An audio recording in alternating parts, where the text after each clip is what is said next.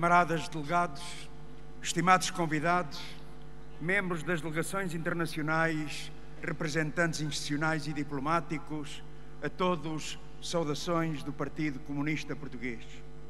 Mas compreenderão que a nossa saudação maior se dirija aos militantes, às organizações e organismos do partido, o grande coletivo partidário, principal obreiro do partido que temos e do partido que somos, que nestes meses de preparação tomaram nas mãos as linhas orientadoras propostas pelo Comitê Central, refletindo, debatendo, contribuindo, elegendo os delegados e votando as teses, projeto de resolução política em 2.151 reuniões, plenários e assembleias, com a participação de mais de 20.000 militantes num processo de discussão democrática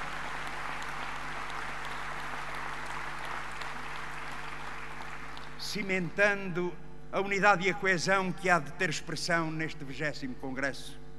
Este mesmo coletivo partidário que simultaneamente se manteve e foi decisivo nas exigentes tarefas cotidianas, sempre ligadas ao pulsar da vida, sempre nas fileiras da frente da luta, reforçando a organização do partido, a sua ação, a sua intervenção, dando resposta à brutal ofensiva dos últimos anos, dando resposta à nova fase da vida política nacional.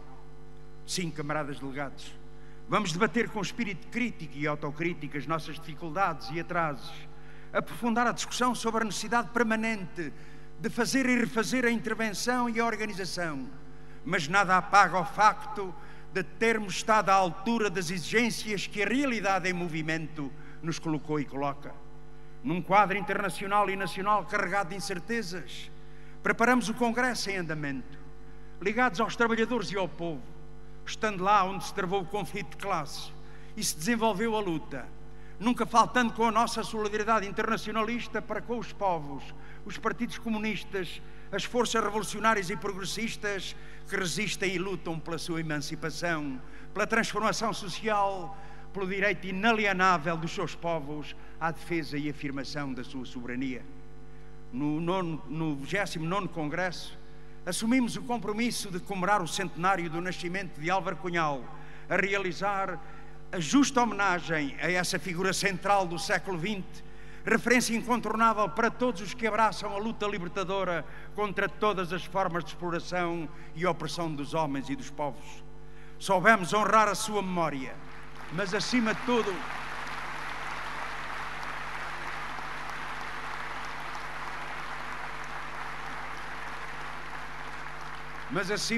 trouxemos à atualidade o seu pensamento, a sua obra teórica, a sua ação política, toda a sua vida de combate pela liberdade, a democracia e o socialismo.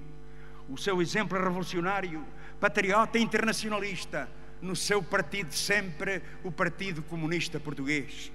Neste momento de tristeza para os comunistas, revolucionários e progressistas de todo o mundo, pelo falecimento de Fidel Castro, o PCP presta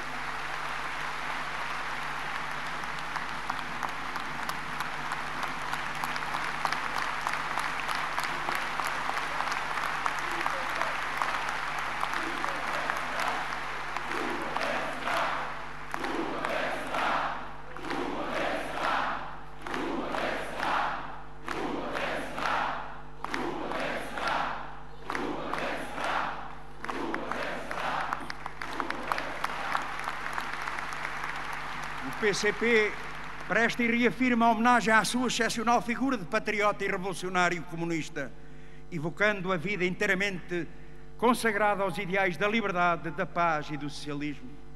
A melhor forma de honrar a memória do camarada Fidel Castro é prosseguir a luta pelo ideal e projeto pelo que se bateu até ao fim da sua vida. É fortalecer a solidariedade com Cuba, a Revolução Socialista, exigindo o incondicional respeito pela soberania da Ilha da Liberdade, o fim imediato do criminoso bloqueio norte-americano e a restituição ao povo cubano de Guantánamo. Camaradas,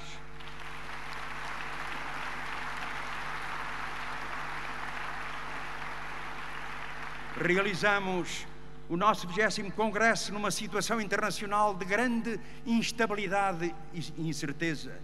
marcada pelo aprofundamento da crise estrutural do capitalismo, por uma violenta ofensiva do imperialismo, ao mesmo tempo que se desenvolve a resistência e a luta dos trabalhadores e dos povos, num confronto de incerto resultado imediato, mas em que grandes perigos coexistem com grandes potencialidades de transformação progressista e revolucionária, em que a superação revolucionária do sistema capitalista e a alternativa do socialismo se torna cada dia mais necessária. A vida deu razão às análises do 19º Congresso sobre a evolução do sistema capitalista e o aprofundamento da sua crise estrutural, com o agravamento dos traços mais negativos da natureza exploradora, opressora, agressiva e predadora do sistema, em que uma inaudita concentração do capital e da riqueza e o domínio do capital financeiro e especulativo sobre a economia são acompanhados da intensificação da exploração dos trabalhadores, da recolonização planetária e de um brutal crescimento das injustiças e desigualdades sociais, o desemprego e a precariedade que afetam centenas de milhões de trabalhadores, a falta de resposta aos flagelos da fome, da doença, do analfabetismo e de outras chagas sociais que afligem povos inteiros, mostram bem a natureza desumana e criminosa do capitalismo. A crise cíclica, desencadeada em 2007-2008, continua sem fim à vista, com sérios efeitos sociais e políticos nos países capitalistas mais desenvolvidos e atingindo duramente os países emergentes, ao mesmo tempo que crescem os fatores que deixam prever um novo pico da crise de grandes proporções.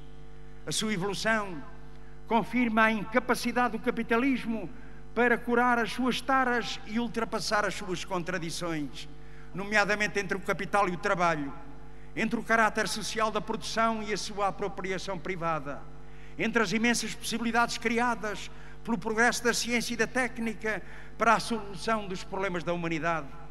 Uma centralização monopolista à escala global sem precedentes estreita sempre mais a base de apoio ao capitalismo. Em termos históricos, amadurecem as condições objetivas para a superação revolucionária do capitalismo.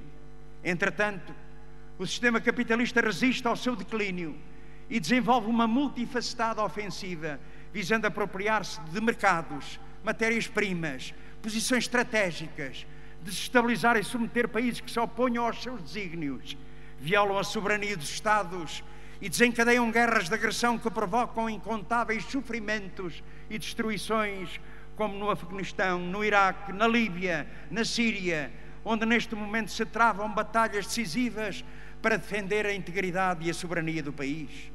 A odisseia dos refugiados da guerra de agressão no Médio Oriente e Norte da África constitui por si só uma violenta acusação do imperialismo. As ofensivas do imperialismo em África para desestabilizar Angola e outros países soberanos e na América Latina para tentar reverter valiosos processos de soberania e progresso social. Os Estados Unidos, a NATO e a União Europeia desempenham um principal papel na ofensiva belicista e intervencionista do imperialismo e assumem a responsabilidade pela generalização dos teatros de guerra e pelo perigo da generalização dos conflitos catastróficos de catastróficas proporções.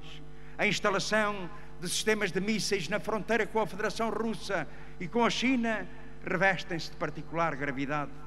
A ação exploradora e agressiva do imperialismo é acompanhada por uma intensíssima barragem ideológica, assente no domínio monopolista dos grandes meios de informação e propaganda. Uma barragem de intoxicação da opinião pública que falsifica e inverte a própria realidade no confronto entre explorados e exploradores, entre agressores e agredidos, de modo a justificar a política de classe dominante e os seus crimes, como está a acontecer na Síria, e a dificultar a solidariedade anti-imperialista, mas que visa ir muito mais longe, através da sistemática revisão da história, com campanhas de falsificação e diversão anticomunista. A classe dominante procura roubar a memória do movimento operário, ocultar a natureza do capitalismo e a alternativa da emancipação social que representa o ideal e o projeto comunistas. A intensificação da ofensiva do imperialismo tem consequências por todo o mundo, incluindo os próprios centros imperialistas. A situação altamente instável que se vive na Europa é disso prova.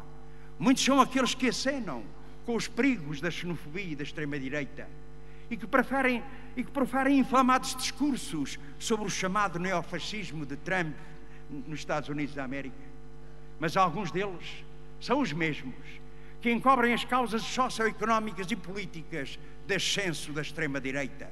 A instabilidade económica, social e política na Europa tem razões de fundo, e essas residem no sistema dominante e nos seus instrumentos, nas políticas de domínio, como a União Europeia. A verdade cristalina é que não se pode combater a extrema-direita e simultaneamente apoiar políticas e orientações cada vez mais reacionárias os sistemas políticos. É esta a verdade que a ofensiva ideológica tenta ocultar.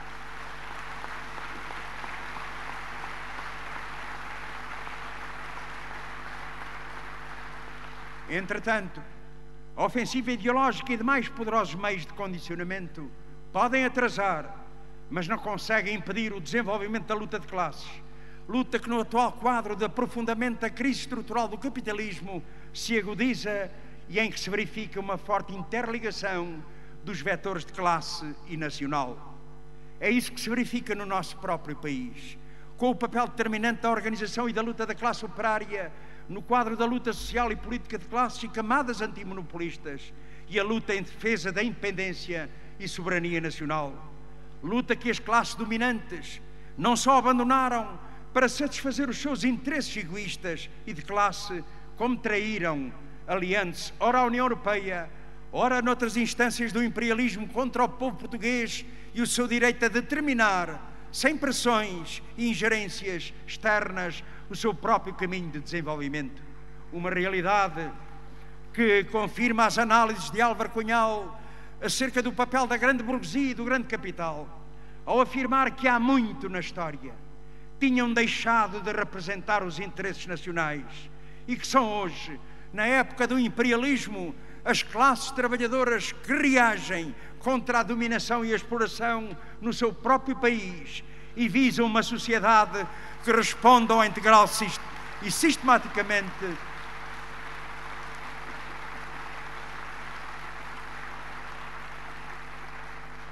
tanto à libertação das classes exploradas como à libertação da própria nação do domínio estrangeiro. É o que se verifica em graus e sob formas diversas em todos os países e regiões do mundo.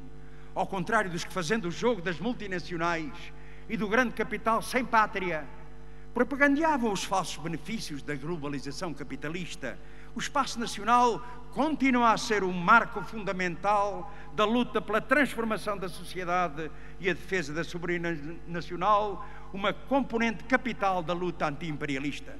Patriotismo e internacionalismo são duas componentes inseparáveis da identidade do PCP e de um partido comunista. O primeiro dever internacionalista do nosso partido, que é a defesa dos interesses dos trabalhadores, do povo português e de Portugal, é indissociável do seu empenho no reforço na unidade do movimento comunista e revolucionário internacional e de fortalecimento da frente anti-imperialista. Reconhecendo a existência de diferenças e de divergências entre partidos comunistas, combatendo tanto posições reformistas de adaptação ao sistema como posições sectárias e dogmáticas, o PCP valoriza o que une, pugna pela unidade na ação dos comunistas e destes com as outras forças progressistas, considera que o respeito pelos consagrados princípios de relacionamento do movimento comunista, independência, igualdade de direitos, não ingerência nos assuntos externos, é fundamental para a recuperação da influência e unidade do movimento comunista e revolucionário internacional.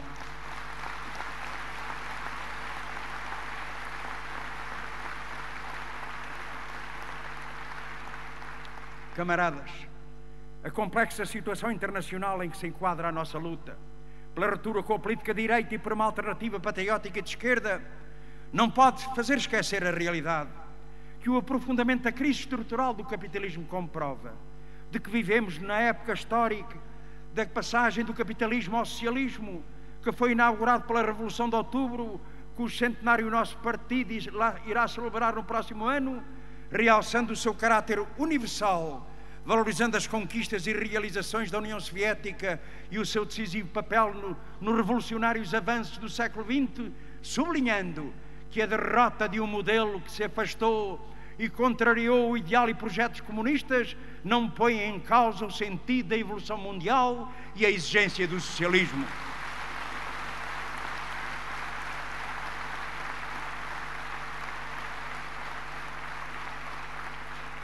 Por diferentes caminhos, fases e etapas, todos os povos chegarão ao socialismo, cumprindo leis gerais que o marxismo-leninismo desvendou e que a Revolução de Outubro confirmou.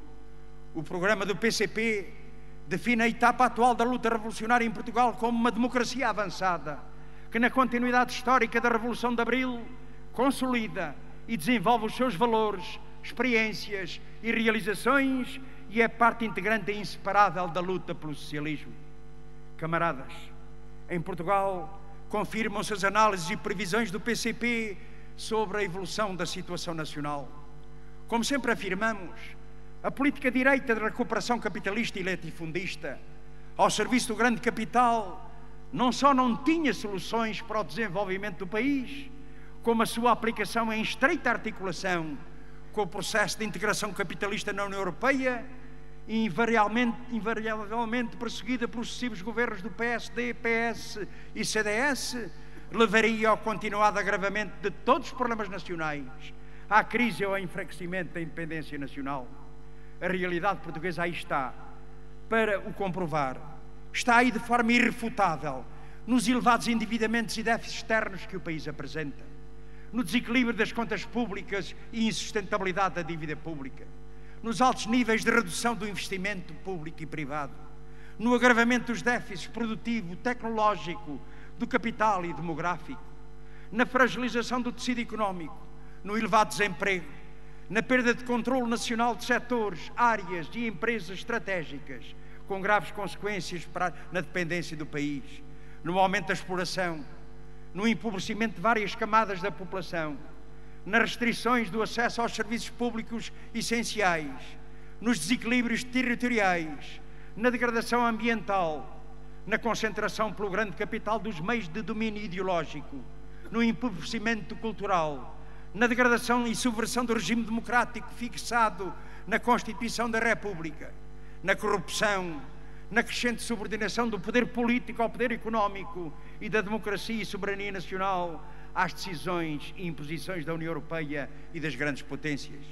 Problemas que assumiram uma ainda mais acentuada gravidade com a aplicação dos pactos de estabilidade e crescimento, os chamados PEC e os memorandos de entendimento, um autêntico pacto de agressão ao país, subscrito com o FMI, o BCE e a Comissão Europeia, por PS, PSD e CDS-PP, a troika dos partidos responsáveis pela governação do país nas últimas décadas. Foi a política direita, a política de classe do grande capital nacional, intimamente articulado com o capital estrangeiro, das privatizações, da liberalização, da desregulação económica, laboral e social, da restauração do latifúndio e da destruição da reforma agrária, da dependência externa que criou a grave situação com que o país hoje é confrontado. Foi essa política conduzida pela grande burguesia e ao seu serviço de uma oligarquia financeira que a integra, que nas últimas 4 décadas, progressiva e metodicamente, foi impondo a subalternização dos interesses nacionais aos seus estritos e estreitos interesses pessoais e de classe. Numa trajetória em que onde se manifestavam divergências e contradições no seu seio, em função da sua disputa pela obtenção de fatias de poder, recursos e favores públicos, pela usurpação das componentes do Estado para a captação da mais-valia, mas em que está omnipresente o elemento unificador da sua ação e da sua política de classe, o objetivo nuclear de fazer do preço da força do trabalho a variável única de ajustamento económico. Todo um processo conduzido para impulsionar o avanço das relações de produção capitalista e dos monopólios, provocar importantes alterações da estrutura socioeconómica com consequências negativas no regime democrático e promover um poderoso movimento de concentração e centralização do capital e a reconfiguração do Estado português, segundo as determinações dessas relações de produção capitalistas e monopolistas. Processo cuja evolução apresenta 3 traços marcantes: a financiarização da economia, com expansão de posições dominantes dos setores financeiros em todas as áreas da vida económica nacional, em contraponto à destruição dos setores produtivos. A expansão e intensificação da presença do capital privado à custa do capital público, a tomada de empresas, setores e serviços de áreas diversas do Estado através de privatizações e concessões, a rápida progressão do capital estrangeiro na aquisição e fusões, entradas no capital social de empresas públicas e privadas nacionais, predominantemente nos setores financeiro, imobiliário, energético, industrial e tecnológico. A política direita, que está na origem dos problemas que persistem no nosso país, é inseparável do processo de integração capitalista europeia. São 2 faces de uma mesma opção de classe, ditadas pelo grande capital, pelos seus interesses, pelas grandes potências, contrária, portanto, aos interesses do nosso povo e do nosso país. A integração de Portugal na CE e na União Europeia e no euro foi e é um dos elementos estruturantes da contra-revolução, da recuperação monopolista e dos ataques às conquistas de Abril. Tal como alertamos há décadas atrás, a nossa soberania está profundamente golpeada. Portugal está amarrado a um vasto conjunto de imposições e de constrangimentos, ainda mais depois da adesão ao euro, em que estão na origem dos processos de extorsão, de exploração e chantagem de que fomos vítimas. A política económica, social, orçamental e externa estão fortemente condicionados pelos interesses do grande capital, das principais potências capitalistas da Europa e do imperialismo. A experiência recente demonstra que a União Europeia constitui uma matriz política e ideológica impossível de ser democratizada, humanizada ou refundada. É a sua natureza de classe capitalista que determina a sua política e as suas opções.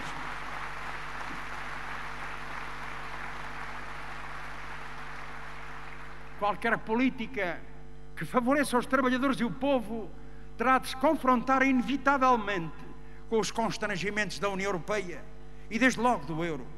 E nesse embate que já é visível, não temos dúvidas, Portugal tem de libertar-se de um conjunto de constrangimentos da União Europeia e desde logo e em primeiro lugar do euro. Muitos ainda teimam em acenar com os cenários de catástrofe no caso de uma saída do euro. No fundo, o que pretendem é vender a tese da inevitabilidade de continuarmos amarrados a esse instrumento de exploração e domínio económico, acenando com legitimações democráticas e com a união orçamental para manter o euro.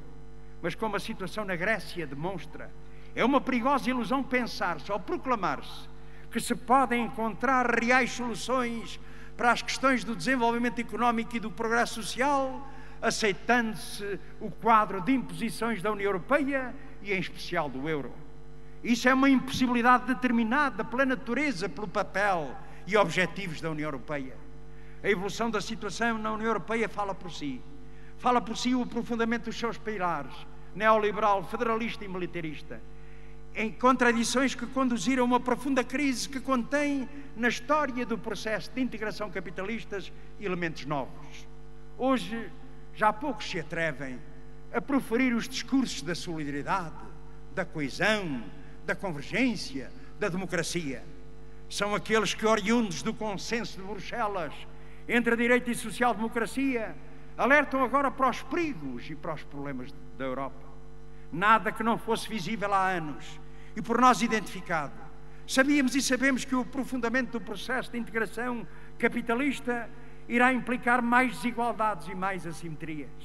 Sabíamos e sabemos que esse processo irá concretizar o poder e riqueza no grande capital e nas grandes potências. Sabíamos e sabemos que a União Europeia iria arrastar a Europa para a guerra e para as suas consequências, como o terrorismo. E sabíamos que o caldo de exploração social e opressão nacional, resultantes das políticas da União Europeia, iria tornar mais reacionários os sistemas políticos e abrir o campo à extrema-direita. E é exatamente por isso que é uma profunda hipocrisia e um ato de manipulação política usar a crise na e da União Europeia para justificar novos saltos em frente, no processo de integração capitalista. Assim é porque os problemas resultam em grande parte de um processo de integração que explora, oprime e divide os seus povos. É por isso que a questão que está colocada não é de maquilhar, refundar ou democratizar a União Europeia. Não. A questão que está colocada aos povos não é mudar alguma coisa para manter tudo na mesma, mas sim articular rupturas que permitam construir uma outra Europa. Essa construção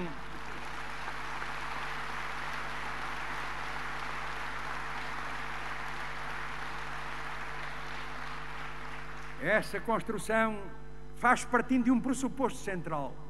A correlação de forças no marco nacional de luta determina o modo como os Estados se relacionam entre si e é o fator que determina se os processos de cooperação são contra ou a favor os interesses e aspirações dos povos.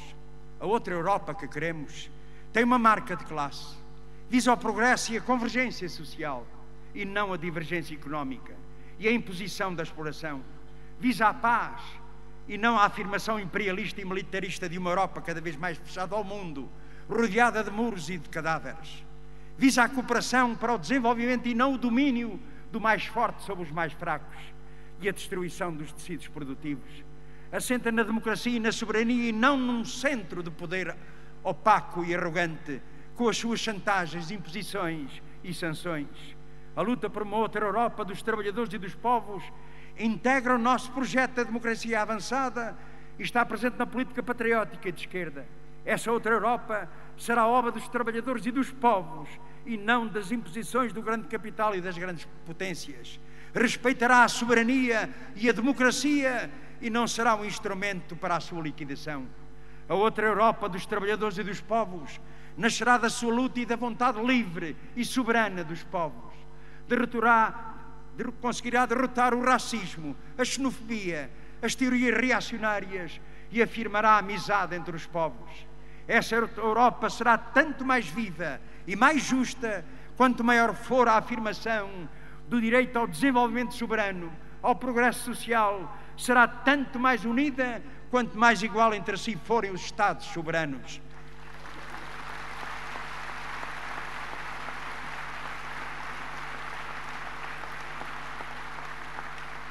É este o caminho que pode salvar os povos da Europa. E salvar a Europa significa cada vez mais derrotar esta União Europeia. Camaradas, realizamos o nosso 19º Congresso. Quando estava em curso, havia um ano, uma violenta ofensiva conduzida pelo governo PSD-CDS, que atingia negativamente os diversos setores da vida nacional e particularmente os direitos e rendimentos e condições de vida dos trabalhadores e do povo.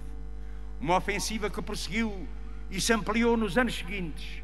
Foram 4 anos e meio do governo PSD-CDS e de execução do Pacto de Agressão, marcados por uma política de agravamento, de exploração, de concentração da riqueza, de desigualdades sociais e empobrecimento, e por uma crise económica e social que essa política ampliou e que afetou de forma dramática uma parte muito significativa da sociedade portuguesa. Um governo e uma política que deixaram o país seriamente debilitado e o seu futuro comprometido. Uma governação e uma política que conduziram ao acentuar do declínio, do retrocesso e da dependência do país. Neste período, no plano económico, o país viu-se a braços com uma das maiores e mais prolongadas recessões, que afundou o PIB nacional em 6,8%, entre finais de 2010 e 2013, fazendo recuar para valores do princípio do século. Viu acentuar-se o endividamento externo, assistiu-se a uma quebra abrupta de investimento total e ao agravamento dos seus déficits estruturais, enquanto o país era confrontado com o desaparecimento de uma centena de milhares de pequenas e médias empresas que encerravam ou faliam. Um rastro de destruição de força e de capacidade produtivas, não renovação de infraestruturas e o abandono de investimento público que continuarão a marcar e a condicionar nos próximos anos a vida do nosso país. No plano social era o desemprego que aumentava para níveis que não se viam há décadas, enquanto a precariedade se generalizava e meio milhão de portugueses eram forçados a emigrar. Entre o segundo trimestre de 2011 e o primeiro de 2013, foram destruídos 440 mil empregos, enquanto os salários, as pensões, os rendimentos dos trabalhadores, dos reformados e de outras camadas da população eram duramente atingidos em resultado dos cortes, do congelamento dos salários, do aumento do trabalho não remunerado, do prosseguimento ao ataque ao direito à contratação coletiva e a uma política de agravamento fiscal. Política esta que acentuou ainda mais a injustiça, com o aumento exponencial da tributação sobre rendimentos de trabalho e reformas superior a 3.800 milhões de euros, enquanto se desagravavam os impostos sobre o grande capital.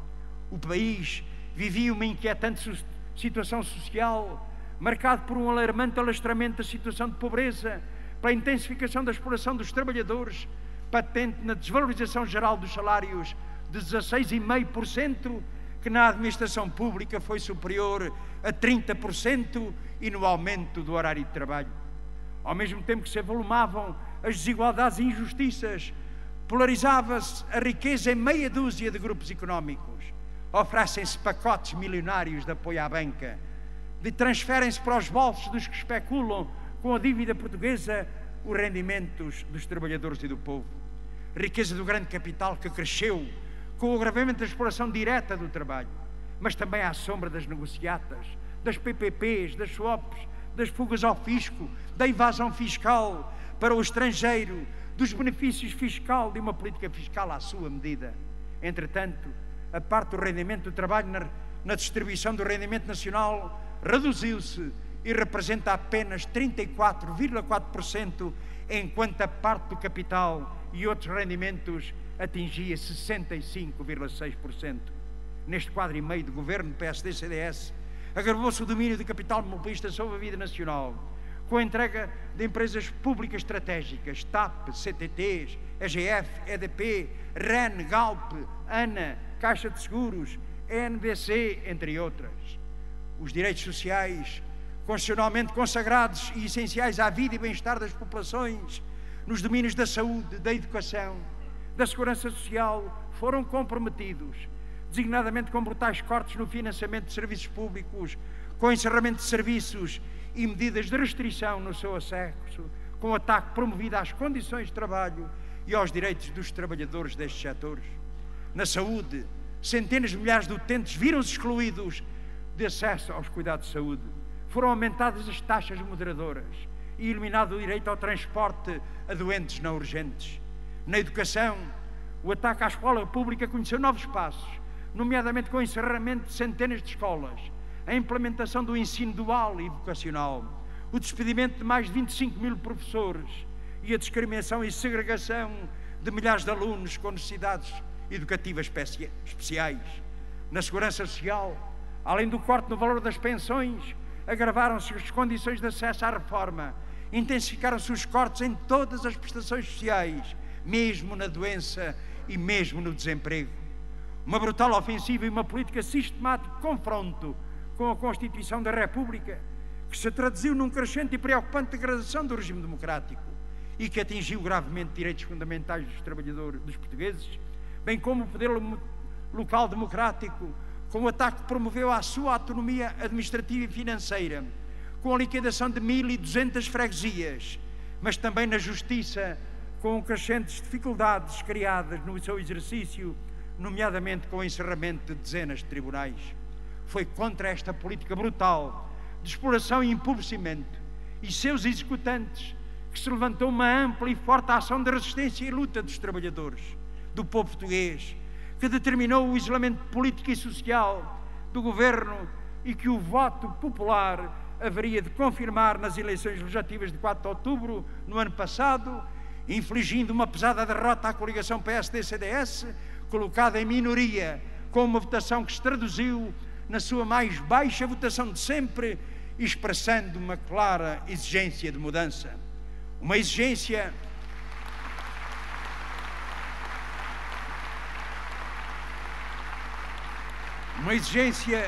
à qual o PCP respondeu, tomando a iniciativa para contribuir para a interrupção da ação destruidora do governo PSD-CDS, mas também com o objetivo de, dando expressão política à luta dos trabalhadores e do povo, não desperdiçar a oportunidade de, com a sua intervenção, concretizar avanços, ainda que limitados, corresponder ao seu compromisso de intervir em todos os planos na defesa dos seus direitos e interesses.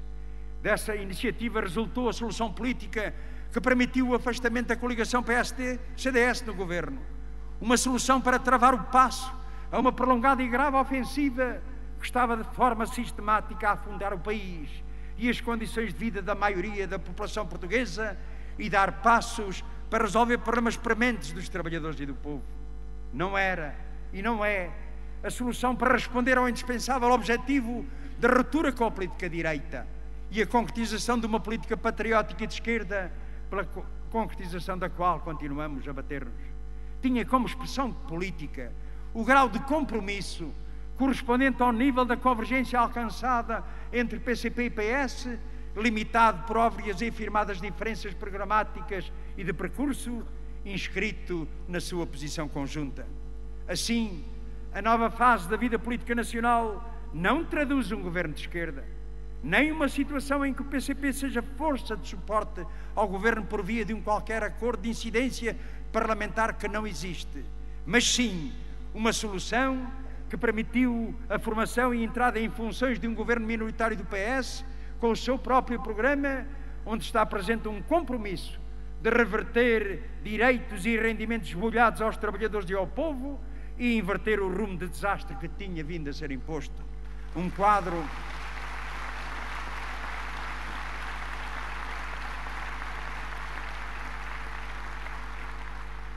político que permite ao PCP manter total liberdade e independência políticas, agindo em função do que serve os interesses dos trabalhadores, do povo e do país, e em que pesa particularmente na evolução da situação política é a existência de uma relação de forças na Assembleia da República, em que PSD e CDS-PP estão em minoria e em que, ao mesmo tempo, os grupos parlamentares do PCP e do PEV condicionam decisões e são determinantes e indispensáveis à reposição e conquista de rendimentos e direitos.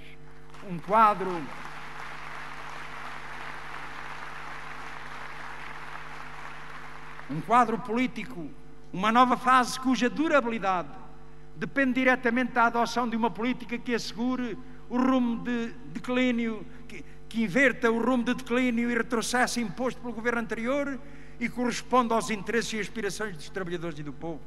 Sim, camaradas, o PCP afirma nesta nova fase da vida política nacional a plenitude da sua independência e identidade, reafirmando o seu programa e o seu projeto, inscrevendo como objetivo da sua intervenção e concretização de ruptura com a política direita e uma política patriótica e de esquerda. E assim tem sido a nossa intervenção em todo este tempo. Uma intervenção que não alimenta ilusões em relação à política necessária para resolver os problemas do país, nem esconde as insuficiências e limitações do quadro político da nova fase da vida política nacional para lhe dar resposta. Antes aponta os caminhos para as superar, mas que não abdica de intervir para servir os interesses dos trabalhadores e do povo, encontrar soluções para melhorar as suas condições de vida e agir para que no plano político e na sua luta e os seus objetivos de garantir uma vida melhor tenha uma expressão concreta, materializando a consigna que lançamos: avançar na luta pela defesa, reposição e conquista de direitos dos trabalhadores e do povo. Os resultados, apesar de limitados, são visíveis na reposição de salários e das 35 horas de horário de trabalho na administração pública, na eliminação faseada da sobretaxa do IRS, na reposição dos feriados roubados, na reversão dos processos de privatização de empresas públicas de transportes, no aumento do salário mínimo nacional, no aumento do abono de família, do complemento solidário para idosos, na redução das taxas moderadoras, no fim dos exames do 4º e 6º ano, no apoio extraordinário a trabalhadores desempregados, na redução do IVA para a restauração, entre outros, e que se alargam a outros domínios. Também com o contributo decisivo do PCP, agora no Orçamento de Estado para 2017, com as novas medidas como do aumento das pensões e de reformas, agregando cerca de 2,5 milhões de pensões, o alargamento dos manuais gratuitos aos 4 anos do primeiro ciclo, abrangendo 370 mil crianças, a reposição da contratação coletiva no setor público e empresarial, o apoio a desempregados de longa duração, o aumento do subsídio de refeição aos trabalhadores da administração pública, bem como o combate à precariedade com a abertura de vagas e contratação de trabalhadores, medidas de estímulo aos micro, pequenos e médios empresários, às pescas, à agricultura, designadamente a redução do valor do PEC visando a sua eliminação, e medidas de apoio ao gasóleo agrícola e à gasolina de pesca, para a pesca artesanal e costeira, entre outras, nos domínios da cultura, no apoio às artes, nos apoios sociais, na educação, na reposição de rendimentos e direitos. Avanços que são resultados da luta dos trabalhadores do nosso povo, mas avanços só possíveis também porque houve uma alteração na correlação de forças que abriu espaço à iniciativa do PCP e potenciou o peso, a influência e o papel deste Partido Comunista. Há quem defenda, camaradas, tendo em conta o alcance limitado destes avanços, destas conquistas, desta reposição de direitos, questione este nosso compromisso, considerando que talvez deixasse isto afundar, deixasse que a situação se agravasse. Quanto pior acabaria por ser melhor nessa luta libertadora que nós proclamamos e defendemos.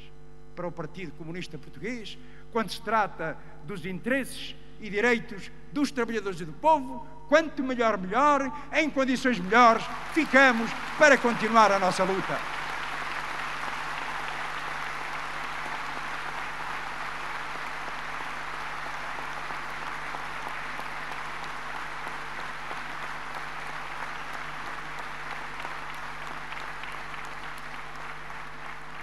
Ninguém tenha ilusões. A vida dos trabalhadores e do povo avança com a sua luta se o PCP for cada vez mais forte. Podem os setores da direita, mais retrógrada e reacionária, visivelmente desorientados com a sua crescente perda de influência, e perante os avanços na reposição de rendimentos e direitos, vir expelir doses de venenos contra o PCP. Isso só confirma a justeza do rumo que traçamos para servir os interesses dos trabalhadores e do povo. Podem repetir até a exaustão a historieta do PCP domesticado, que não nos impressionam, como não impressionaram ninguém quando há meses, perante a perspectiva de uma solução que condenava o seu governo à derrota, diziam exatamente o contrário e levantavam agitados o espantalho do assalto ao poder pelo PCP, do regresso do PREC com o PS a reboque. Podem vir também com o argumentário fraudulento que é a pureza ideológica do PCP, que está hipotecada nesta nova fase da vida política nacional. Isto é dito pelos mesmos que andam há anos cinicamente a diabolizar e estigmatizar o PCP, caracterizando como um partido fechado no seu gueto e incapaz de fazer e tomar um compromisso, como nós os entendemos, e como lhes dói a coerência e eficácia da intervenção e da luta do PCP. O nosso problema não está, nem nunca esteve, em tomar e assumir compromissos. Este é um problema que há muito está resolvido entre aqueles que estão na luta pela transformação social, mas sim o de saber que compromissos para traficar princípios não fazemos. Desiludam-se também aqueles que esperam ver um PCP resignado à inevitabilidade da política direita.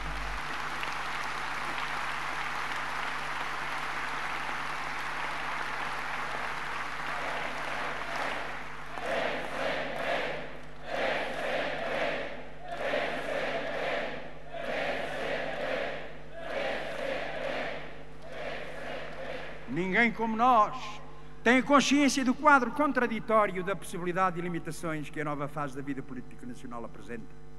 Esse quadro contraditório está bem evidente na evolução da situação política e da vida do país neste último ano. Está patente, por um lado, nos avanços conseguidos, mesmo que insuficientes, e, por outro, nas manifestas limitações e avanços mais decisivos e indispensáveis que resultam do facto de estarmos perante um governo do PS com a sua opção de não se libertar das imposições europeias, do euro, do domínio do capital monopolista e de outros constrangimentos que determinam em grande medida a natureza da sua orientação. Opções associadas aos elementos estruturantes da política direita, que continuam presentes na ação governativa, claramente submetida às imposições externas, em particular da União Europeia e aos interesses de classe do grande capital, como são exemplo a resolução do BANIF, o processo de nomeação da administração da Caixa Geral de Depósitos, as opções de política económica, fiscal e externa. É com consciência plena das contradições e exigências da nova fase da vida política nacional que o PCP continuará a intervir, determinado pelos seus compromissos com os trabalhadores e o povo e pela avaliação que a cada momento faz do conteúdo da política perseguida, tendo presente que a questão fundamental que se coloca na atual situação nacional não é apenas de evitar que PSD e CDS regressem ao poder, mas sim impedir que a sua política, que o povo condenou nas eleições de outubro, seja desenvolvida por estes partidos ou pelo PS e criar as condições para a concretização da política patriótica de esquerda, indispensável para resolver os problemas de fundo do país. Camaradas, o país não está condenado, com o momento presente faz prova, a ter uma única opção, o caminho de exploração, declínio e retrocesso. Assim como não está condenado a aceitar os estritos limites e impedimentos que as imposições e constrangimentos impõem ao inadiável desenvolvimento do país. A resposta aos problemas nacionais exige um outro rumo, outras opções, uma decidida determinação de colocar os interesses dos trabalhadores e do povo acima das imposições e orientações da União Europeia. Temos dito que o caminho da solução atual esbarra perante os constrangimentos externos, as regras orçamentais da União Europeia que impedem o investimento e o crescimento, a submissão a uma moeda ao serviço do grande capital e dos países que comandam o processo de integração capitalista. Mas também, como temos afirmado, a opção não está entre conformar-nos com as limitações e dificuldades ou andar para trás. A opção é dar novos passos em frente. A opção é romper com a política direita e adotar uma política patriótica de esquerda.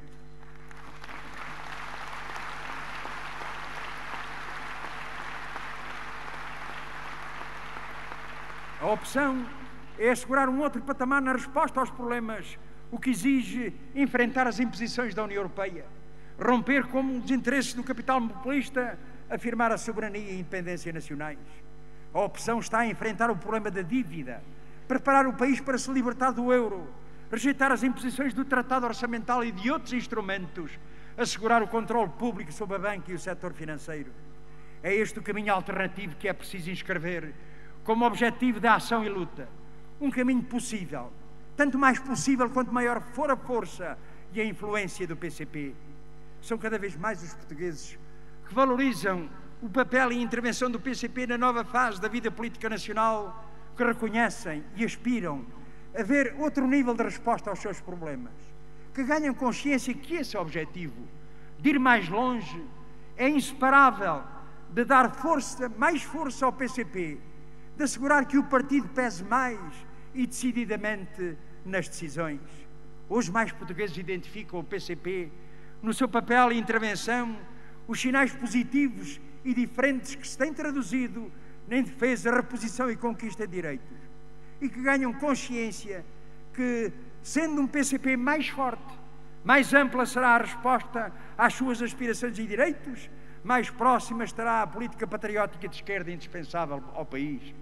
Uma política que tenha como elementos decisivos no atual quadro político libertação do país da submissão ao euro, das imposições e constrangimentos da União Europeia, que com outras expressões de uma política externa soberana, de paz, de cooperação, afirme Portugal livre e soberano.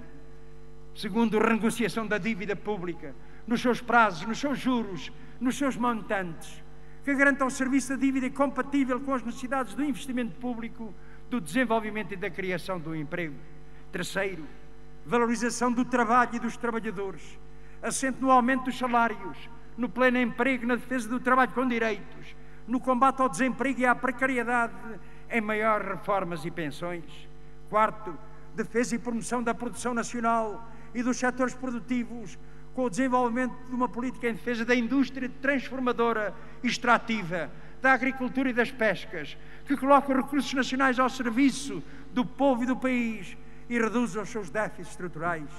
Quinto, garantia do controle público da banca, recuperação para o setor público dos setores básicos e estratégicos da economia, afirmando um setor empresarial do Estado forte, dinâmico, apoio às micro, pequenas e médias empresas e ao setor cooperativo. Sétimo, garantia de uma administração de serviços públicos ao serviço do povo e do país, valorizando o Serviço Nacional de Saúde como serviço geral, universal e gratuito. Uma escola pública gratuita e de qualidade. Um sistema de segurança social público e universal e a cultura.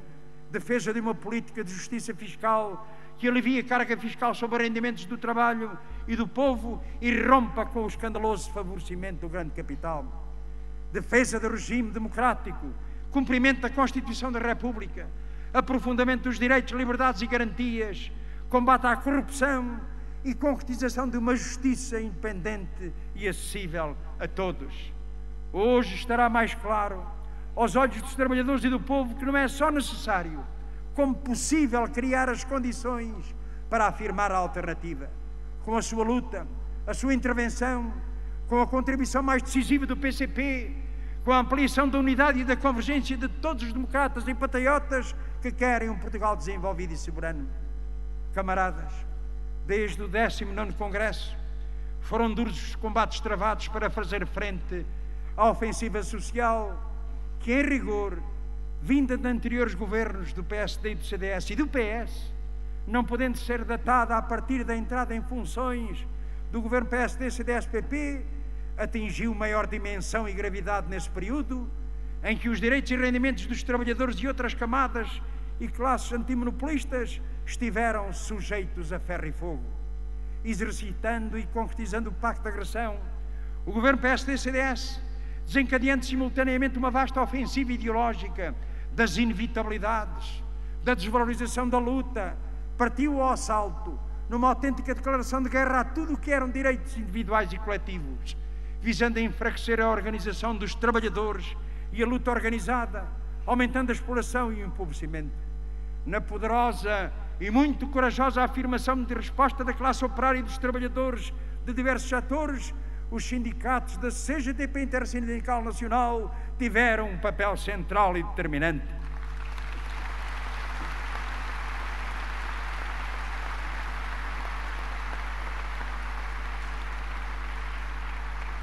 Luta nas empresas, nos locais de trabalho, concentrações, manifestações setoriais e nacionais, greves poderosas que convergiram para a greve geral de 27 de junho. Esta coragem e determinação deu ânimo à luta de outras camadas e grupos sociais das populações, agricultores, pescadores, intelectuais e quadros técnicos, reformados, pessoas com deficiência, micro e pequenos e médios empresários, juventude trabalhadora e estudantil, homens e mulheres da cultura, forças de segurança, populações na defesa do Serviço Nacional de Saúde, da escola pública, dos tribunais, dos serviços públicos. Confirmou-se o papel da luta da classe operária e dos trabalhadores como motor da luta de massas, que trouxe à luta outros lutadores, que despertou a consciência para a necessidade de derrotar esta política de terra queimada e o governo que a estava a executar. A um ano de distância, libertos desse pesadelo que constituiu a política do governo PSD-CDS, e nesta nova fase da vida política nacional, em que se votou o Orçamento de Estado, com avanços na reposição e conquista de direitos e rendimentos, sendo de relevar a contribuição determinante e as propostas do PCP, há que realçar este facto. Todos os avanços alcançados foram precedidos pela luta, por muitas e persistentes lutas, demonstrando que os trabalhadores e o povo não se limitaram a ser destinatários, mas obreiros dos avanços alcançados.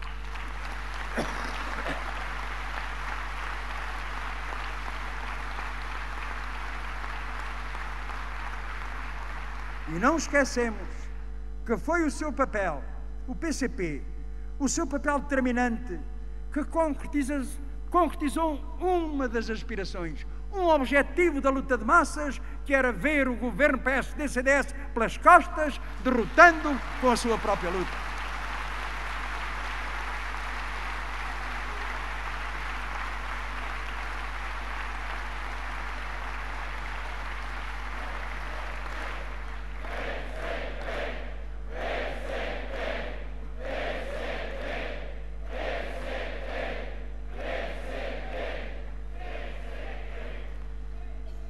Valeu a pena, sim, camaradas. Valeu a pena e vale a pena lutar. A organização unitária da classe operária dos trabalhadores, com a destruição do aparelho produtivo, o elevado desemprego, a generalização e diversificação de precariedade dos vínculos laborais e de ataque aos direitos, encontrou no movimento sindical unitário a mais sólida expressão de sindicalismo de classe inerente à natureza e aos princípios e objetivos fundadores da CGTP Intersindical Nacional. Foi e é a ação e a luta consequente, dinamizadas a partir das empresas e locais de trabalho, do movimento sindical unitário que a CGTP congrega, que fazem dela a maior organização social, prestigiada e combativa, indispensável à defesa dos direitos e interesses dos trabalhadores, pelo progresso social, por um Portugal soberano e com futuro. O 13º Congresso da CGTP, realizado este ano, constitui um êxito e uma grande afirmação da sua natureza, dos seus princípios e do seu projeto, num quadro de uma intensa luta ideológica, de pressões, de chantagens. Persistem linhas de ataque contra o sindicalismo de classe e o projeto unitário, tendentes à sua desagregação, descaracterização e à integração no sistema. Do divisionismo sindical clássico, protagonizado pela UGT, surgem outras estruturas, espécie de extensão de movimentos sociais que, à pala da inovação e da modernidade, visam diluir a natureza de classe do movimento sindical, da sua identidade própria. Os trabalhadores não precisam de estruturas de conciliação e conformistas. Se são organizações dos trabalhadores, então são para defender os seus interesses de classe e não outros quaisquer.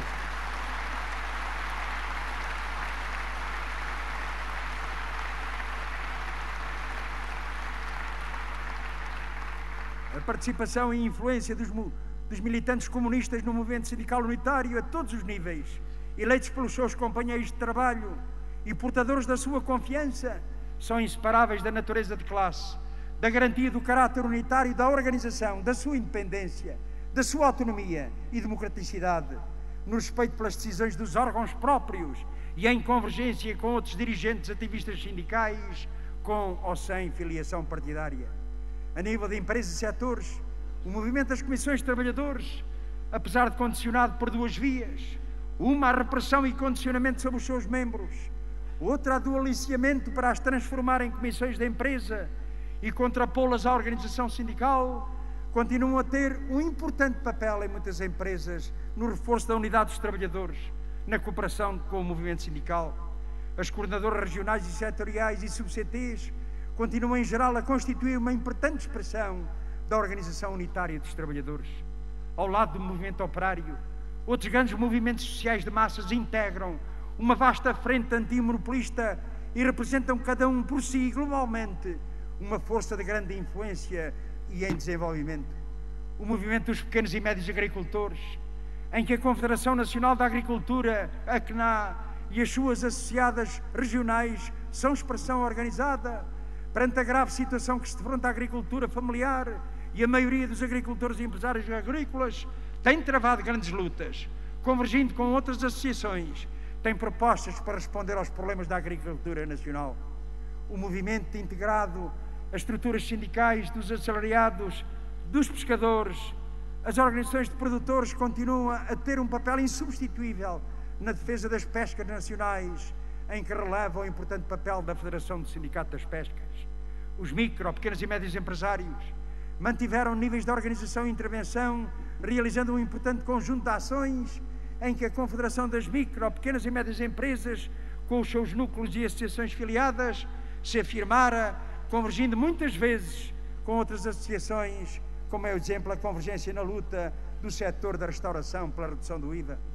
Torna-se necessário que os empresários comunistas reforcem a sua presença e participação nesta frente, favorecendo a convergência social e política com outras camadas antimonopolistas. Empresários comunistas, pequenos, micro, pequenos e médios empresários, naturalmente. O movimento dos intelectuais,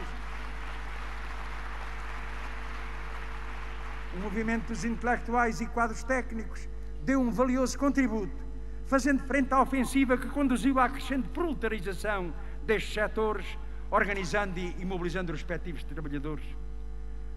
A Confederação Portuguesa dos Quadros Técnicos e Científicos, não obstante o êxito do seu 10º Congresso e o seu persistente esforço na identificação e discussão dos principais problemas laborais dos quadros, precisa de ser reforçada na sua atividade.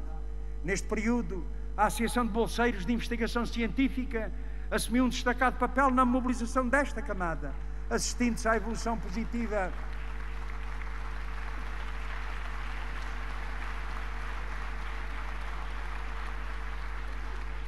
na disponibilidade para a ação organizada com os quadros técnicos, embora nem sempre acompanhadas pelo reforço do movimento sindical junto destes setores.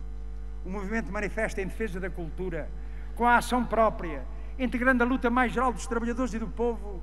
Grande promotor da reivindicação de 1% para a cultura, tem tido uma dinâmica de luta pelo direito de todos à cultura, em si mesmo elemento da luta pela democracia avançada.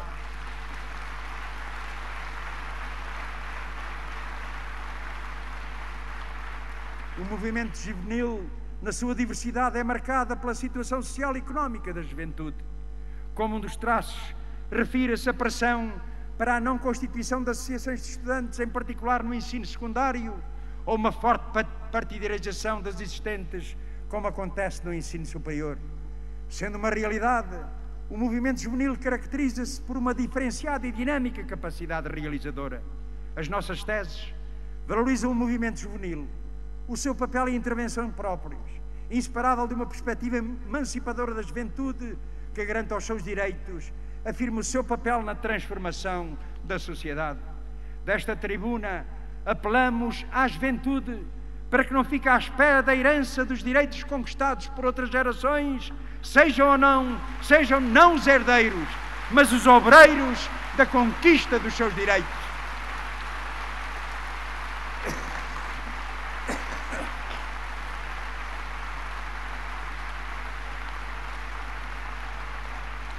A ação da JCP e dos jovens comunistas no desenvolvimento do movimento juvenil, construindo a unidade na ação com outros jovens em torno de questões que os afetam, tem contribuído para o reforço e aumento de prestígio da JCP e do PCP, do seu projeto e objetivos. Um papel e uma ação que se desenvolvem no quadro da orientação do partido, assumem linhas de trabalho, organização e direção próprias, que desde o 19º Congresso trouxe à JCP mais 1.585 novos militantes.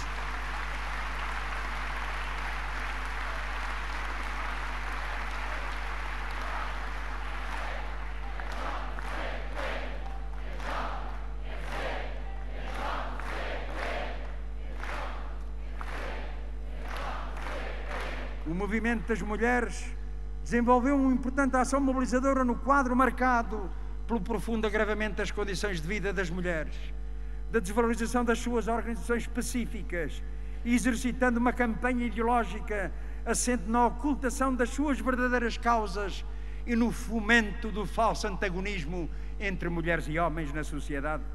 O movimento democrático de mulheres confirmou a sua dimensão nacional, dando voz a diferentes aspectos dos problemas da luta das mulheres, que teve como ponto alto o seu 9º Congresso. A organização das mulheres trabalhadoras nos sindicatos, do movimento sindical unitário e na CGTP, confirmou-se como a mais forte e combativa expressão do movimento das mulheres. Ali estiveram na luta concreta, nas grandes ações de massas, a fazer frente à ofensiva desferida contra os direitos e rendimentos do conjunto de trabalhadores. O indispensável contributo das mulheres comunistas para o reforço da luta organizada das mulheres coloca a necessidade do reforço das componentes mais organizadas e combativas das mulheres, designadamente do movimento democrático das mulheres.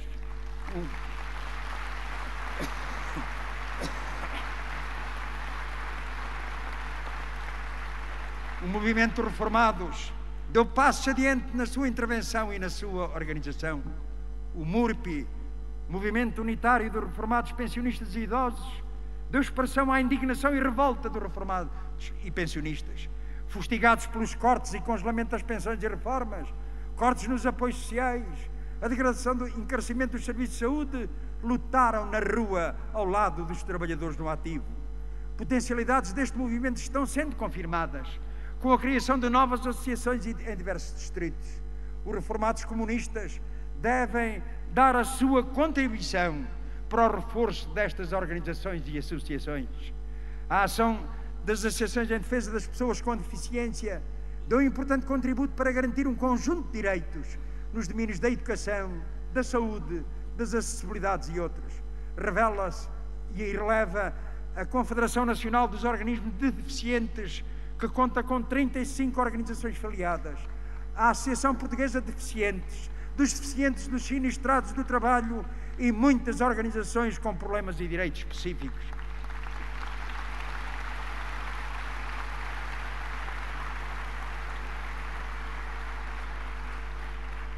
O movimento associativo popular constitui um grande espaço de intervenção social na vida local e nacional, com papel relevante na dinamização e democratização da atividade cultural, recreativa e desportiva. Pela sua natureza e raízes populares, o movimento é parte integrante do movimento social de massas e deve merecer dos comunistas o empenhamento e a disponibilidade para participar. O movimento associativo dos imigrantes e o movimento dos imigrantes, o movimento dos utentes dos serviços públicos, o movimento cooperativo, o movimento da erradicação da pobreza, o movimento da paz e da solidariedade, a União de Resistentes Antifascistas Portugueses, URAP, as ações de paz, o seu reforço deve ser um objetivo central e condição indispensável à luta pela ruptura com a política direita patriótica e uma luta por uma política patriótica de esquerda. É a tarefa dos membros do partido empenharem-se nesse esforço, contribuindo para a sua ação, para a sua iniciativa, para a sua unidade. Camaradas, dando expressão à luta dos trabalhadores e do nosso povo, o PCP desempenhou com a sua iniciativa e a sua proposta, como nenhum outro, um importante papel nas instituições.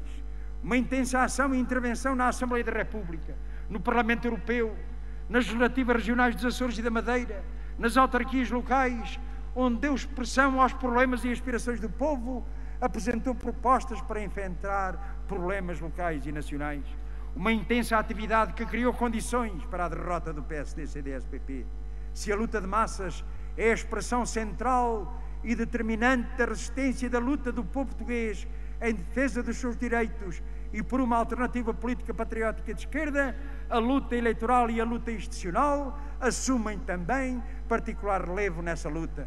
Neste período que decorre desde o 19º Congresso, travamos importantes batalhas eleitorais que se traduziram na realização de grandes campanhas políticas e de massas, que juntamente com a ação dos eleitos nas instituições, na resolução dos problemas das populações e em conjugação com a luta de massas, foram e são instrumentos importantes de intervenção para a ampliação da influência social, política e eleitoral do PCP. Importância relevante tem desde já a próxima batalha eleitoral a realizar em 2017 para as autarquias locais. Vamos para estas eleições concorrendo em todo o país, no quadro da CDU, do seu projeto distintivo, afirmando de novo a CDU como a força de projeto com provas dadas, assente no trabalho, na honestidade, na competência, como solução e proposta alternativa à gestão do PS, do PSD e do CDS-PP.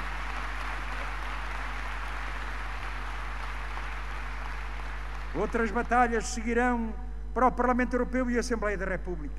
Batalhas que serão uma grande oportunidade para o reforço desta grande força que luta pela concretização no país de uma alternativa patriótica de esquerda. Sim, camaradas, a luta pela alternativa constitui uma questão de maior atualidade e centralidade para dar corpo à perspectiva de abrir no país o caminho de responder às exigências do desenvolvimento e soberania nacional. É que sem ruptura com a política que imperou durante décadas não há solução duradoura para os problemas de fundo que permanecem no país. Uma ruptura que exige determinação e a ação incessantes das forças políticas que lhe querem dar corpo. Tem que ter como condição essencial o alargamento da frente social de luta, o envolvimento decisivo da classe operária e dos trabalhadores, a participação massiva de todas as classes e camadas antimonopolistas, também elas atingidas nas suas aspirações e direitos. A construção da alternativa é uma tarefa exigente.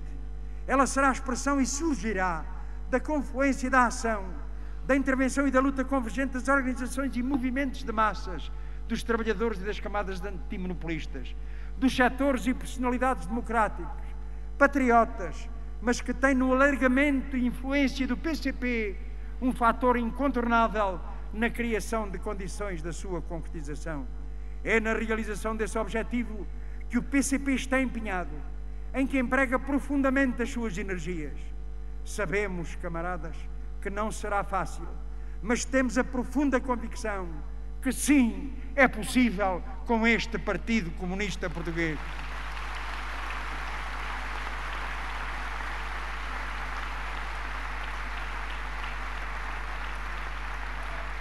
Camaradas, na longa caminhada de luta do nosso partido, os últimos anos puseram-nos mais uma vez à prova. Que exigência, que intervenção e que esforço foram exigidos ao coletivo partidário e que resposta notável foi dada. Que militância, que exemplo ao serviço dos trabalhadores do povo e do país. Foi o papel de vanguarda na luta dos trabalhadores das classes e camadas antimonopolistas. Foi a intervenção política junto dos trabalhadores e das populações. Foram as batalhas eleitorais e a intensa ação nas instituições. Foi a ação de reforço do partido. Foi a resistência a uma das mais violentas ofensivas desde o fascismo, que culminou com o isolamento social e político do governo PSD-CDS e a sua derrota e remoção do poder. Foi a resistência a uma insidiosa ação contra o partido no plano ideológico e a todos os níveis. Resistimos, enfrentámos todas as dificuldades e chegamos a este 20º Congresso e podemos com verdade dizer: cumprimos o nosso compromisso com os trabalhadores, o povo e o país, cumprimos os nossos deveres internacionalistas.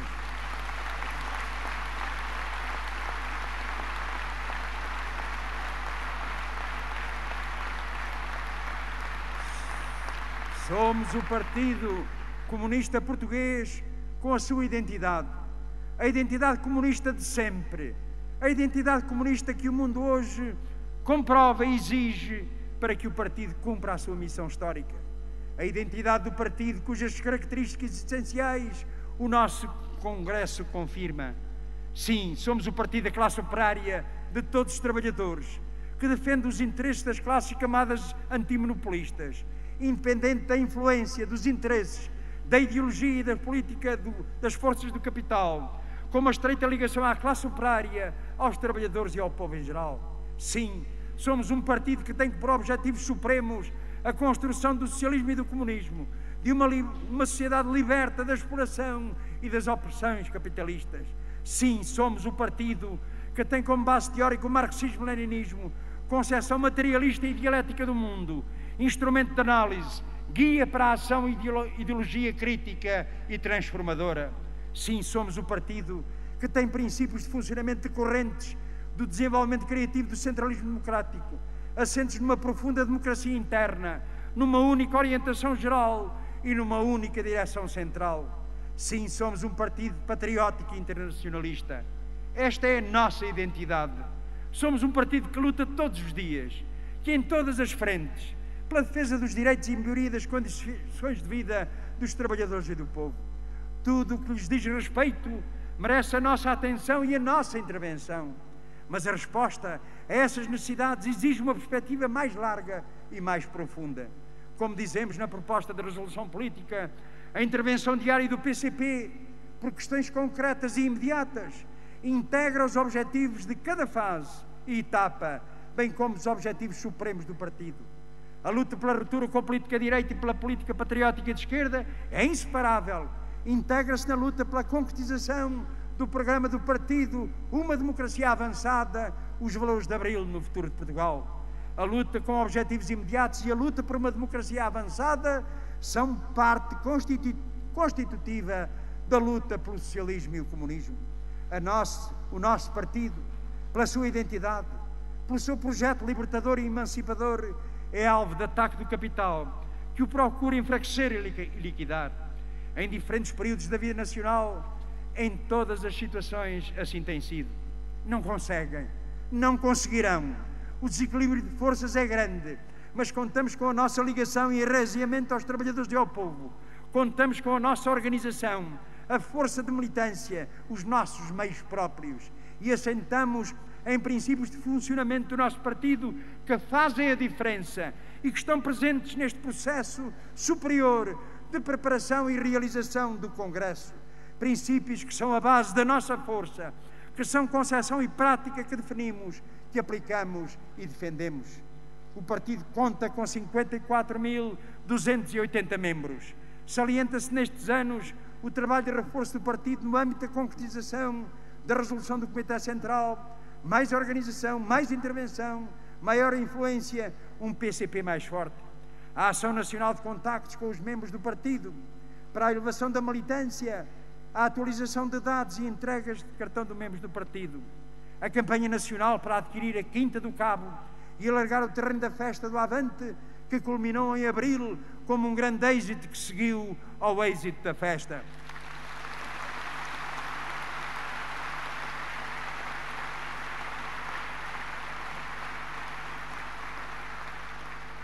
Andam para aí alguns preocupadíssimos com o PCP, um partido, um grande proprietário. É verdade, camaradas. Grandes proprietários daquela Quinta do Cabo, daquela Quinta da Atalaia, de centros de trabalho, de doações feitas livremente pelos militantes e amigos do partido. Façam como nós, vivam dos trabalhadores e do povo, dos militantes do partido, reforcem a sua ação, a sua intervenção e capacidade financeira, fazendo como nós, libertos da pressão e da submissão ao capital e ao Estado, um partido independente que quer fazer o melhor para o seu povo, para o seu país.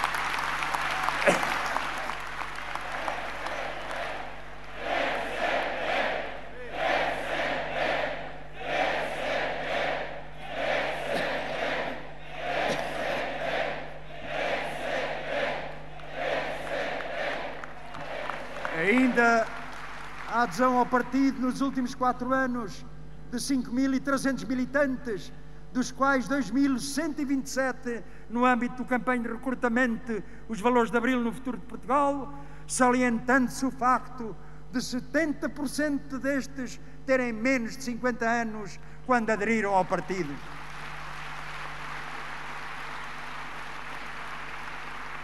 A estes elementos associamos uma importante realidade. A JCP e a Juventude Comunista Portuguesa, que saudamos pela sua intervenção e combatividade.